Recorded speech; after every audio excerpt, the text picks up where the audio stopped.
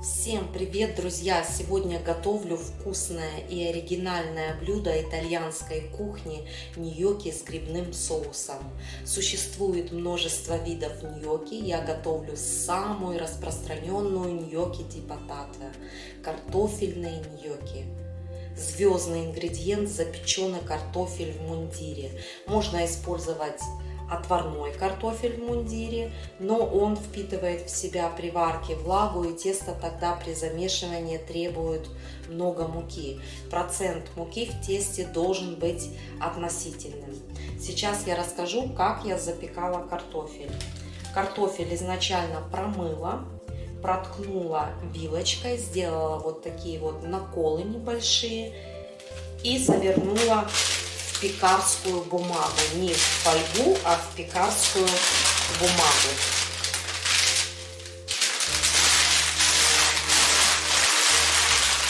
Вот так.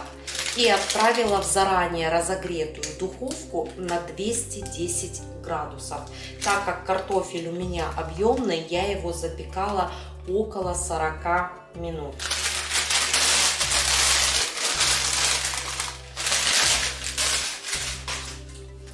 Картофель запекала с вечера. Рекомендую делать это заранее. Картофелю нужно будет дать хорошенько отлежаться и остыть. С приготовленного картофеля снимаю кожуру. Чистый вес, вернее с кожурой 967 грамм. Ну вот сейчас мы снимем кожуру, и я думаю, что получится 950 грамм картофеля. Снимаем кожурку.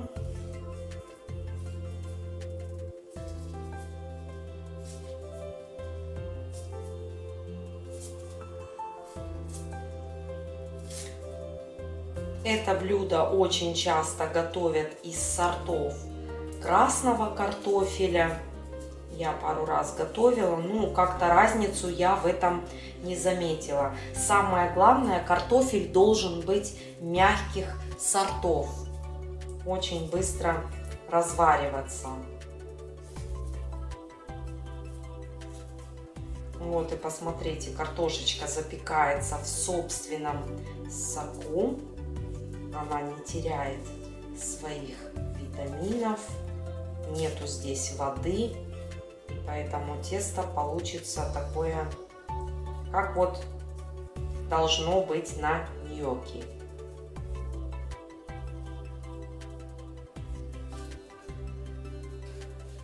Подготовленный картофель натираю на мелкой терке.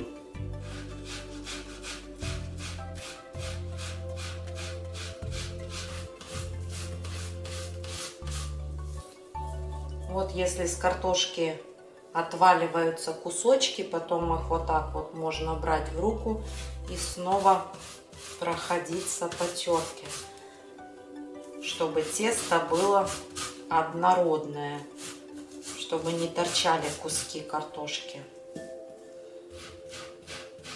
Смотрите, получилась такая пушистая горочка картофеля. В картофель добавляю 3 столовые ложки манки.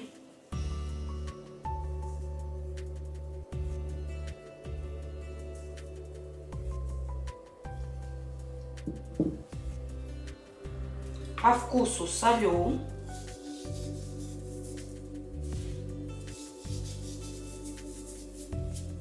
Я добавила где-то 1,5 чайной ложки розовой соли. Черный перец.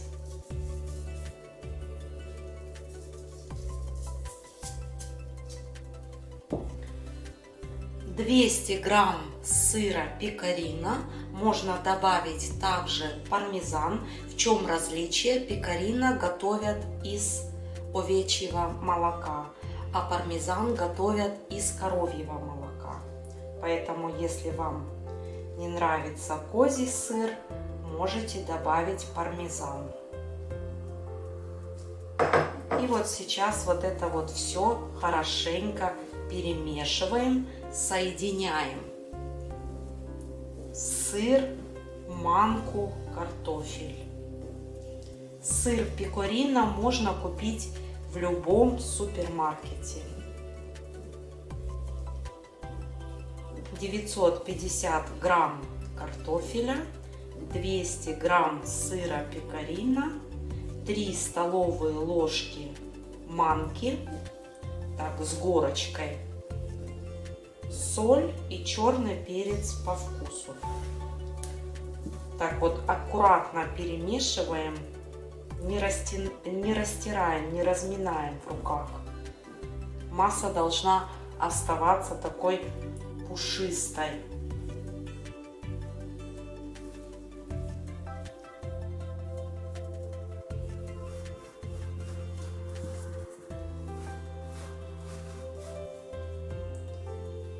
Делаем такое небольшое углубление. Добавляю сюда 1 яйцо и 3 желтка. Можно немножечко еще чуть-чуть подсолить. Поверх яиц высыпаю 300 грамм муки. Мука высшего сорта. Замешиваю тесто.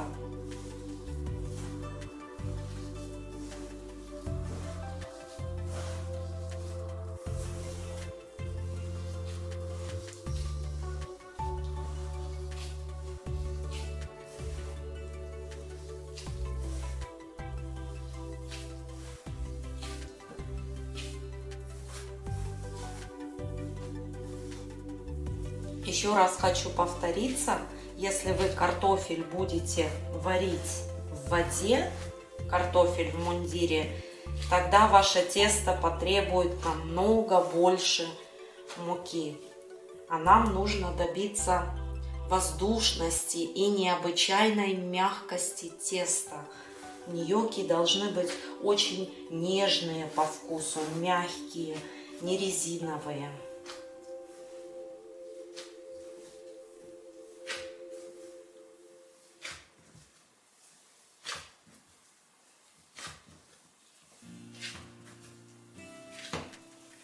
С этим рецептом я очень хорошо знакома с итальянской кухней, поэтому показываю вам вот все тонкости приготовления.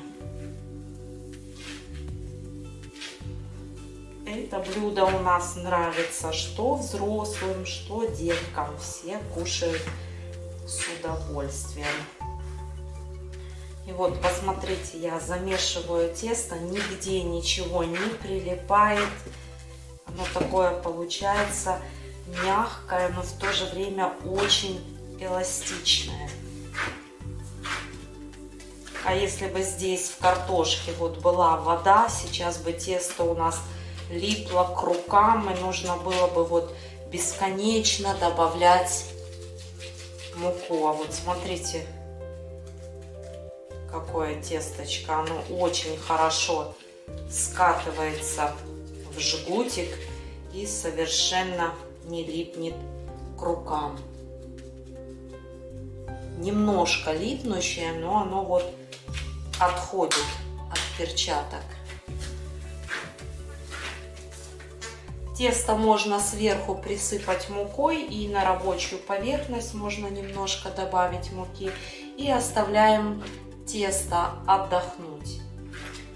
Если вы хотите, тесто можно отправить в холодильник, тогда формировка клёцок будет намного эффективнее, тесто будет очень хорошо раскатываться, держать форму. Ну, так как тесто приготовлено правильно, его не нужно отправлять в холодильник, я оставляю его при комнатной температуре. И пока отдыхает тесто, приготовим соус. Соус может быть любым, на ваш вкус. Самый такой простой классический соус, он идет на основе сливочного масла и шалфея. Очень-очень вкусно. Но мы приготовим сегодня грибной соус. Для приготовления соуса нам понадобится репчатый лук. Лук нужно будет мелко порезать, зелень зеленый лучок по вкусу, петрушка,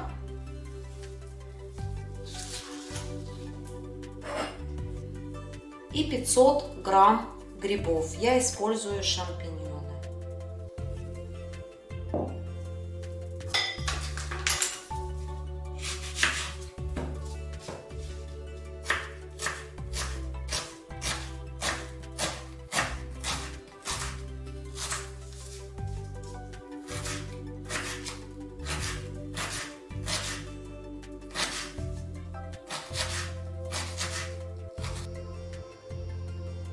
Соус буду готовить на топленом сливочном масле.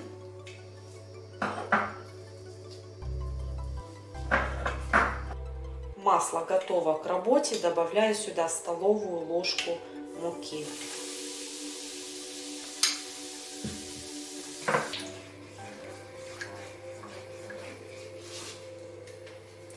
Теперь добавляю сюда лук.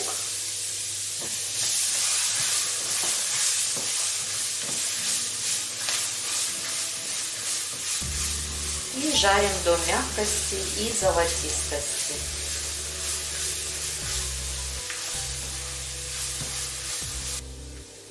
И теперь все это дело нужно будет разбавить молоком.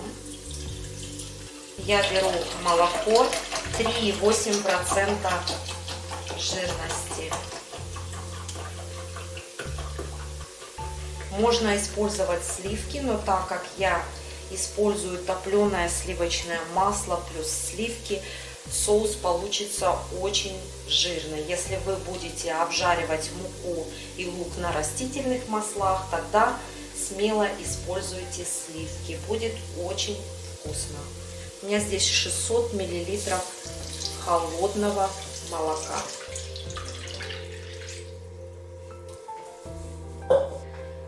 Придаем соусу вкус. Солим.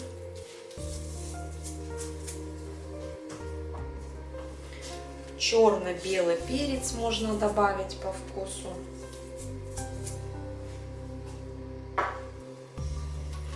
Также отлично в грибных соусах сочетается тимьян, но у меня, к сожалению, эта приправка закончилась. Поэтому, если у вас есть, добавьте. Соус закипел.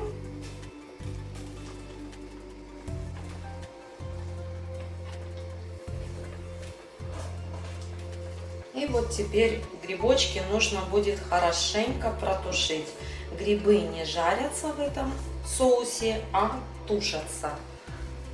Пока наши грибочки потихоньку тушатся, приготовим ньокки. Ньокки буду отваривать в кипящей подсоленной воде. Формовка ньокки очень простая. Беру кусочек теста.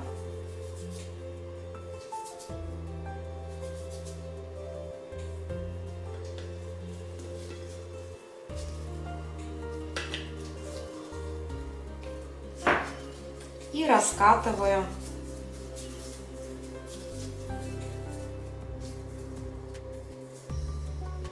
сильно на тесто не давите, так как оно нежное, но очень легкое в работе.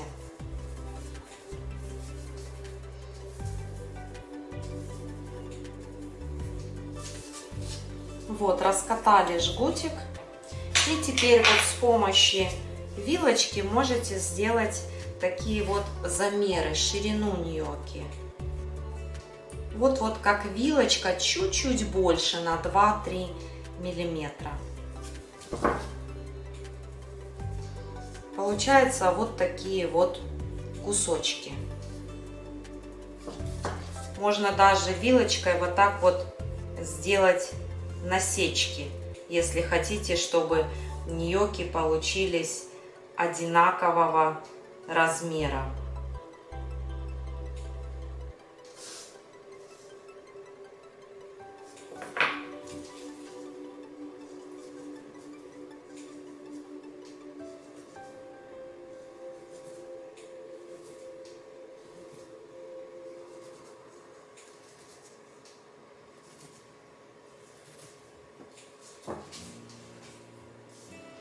Вот. Теперь сама формировка. Если хотите, чтобы ваши клетки очень быстро проваривались, тогда делаем вот так вот. Нажимаем на подушечку и протягиваем через вилочку. Немножко подкручиваем.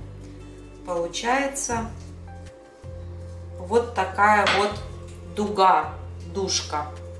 Вот такие симпатичные ньокки. С ложбинкой. В эту ложбиночку попадает соус. Они очень быстро пропитываются и варятся, соответственно, быстрее. Вот просто вот так вот надавливаем и протягиваем тесто, прокатываем.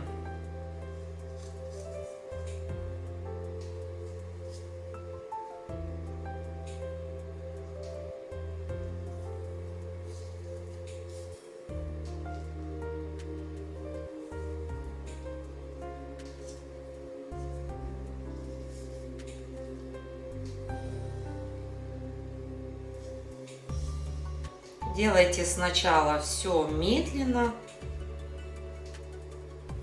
Ничего сложного в этом процессе абсолютно нет.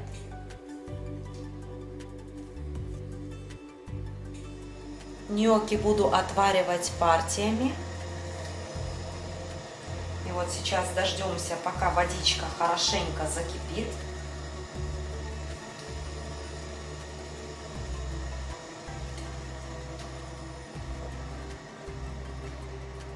После закипания провариваю где-то около 3 минут.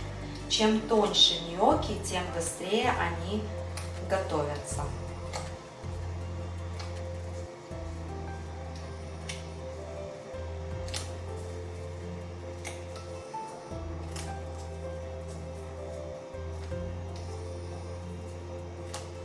И чтобы после варки снять клейковину с ньокки, я их буду закладывать в холодную воду.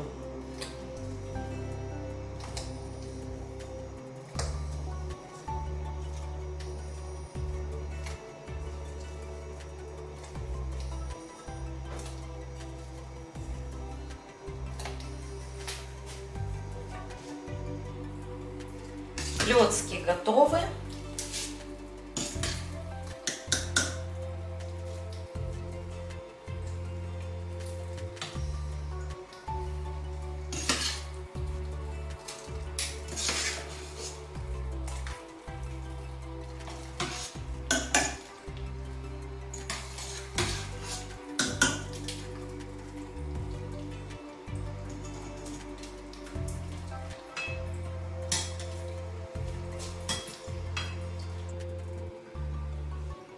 Сливаю с клеток жидкость. Грибочки потушились. Заправляю по вкусу зеленью. Зелени можно добавить столько, сколько вы хотите. Соком лимона. Лимончик тоже по вкусу. И какие же итальянские соусы без сыра? Я буду для соуса использовать пармезан, пармиджано.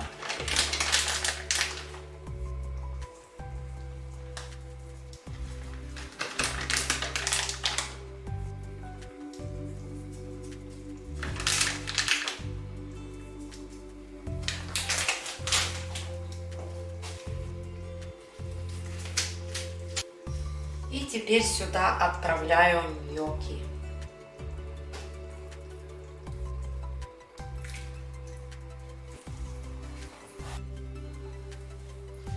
Протушиваю где-то около 1 минутки и отключаю плиту. У меня на тарелке еще осталась зелень. Каждый будет себе уже в готовое блюдо добавлять по вкусу. Вот такое, что ни на есть, самое настоящее итальянское блюдо у нас получилось. Я рекомендую вам проверить свои силы и непременно его приготовить. Итальянская кухня, она очень простая И несмотря на всю свою простоту, она очень вкусная. А все, что просто, всегда вкусно. По желанию это блюдо можно украсить любой зеленью по вашему вкусу. Я сегодня использую цветки зеленого лука. Они съедобные, очень ароматные. Если вы любите зеленый лучок и такой вот интенсивный его аромат, можете украсить. Непременно готовьте. Это очень-очень вкусно. На сегодня все. Всем пока и до следующих встреч в новом видео.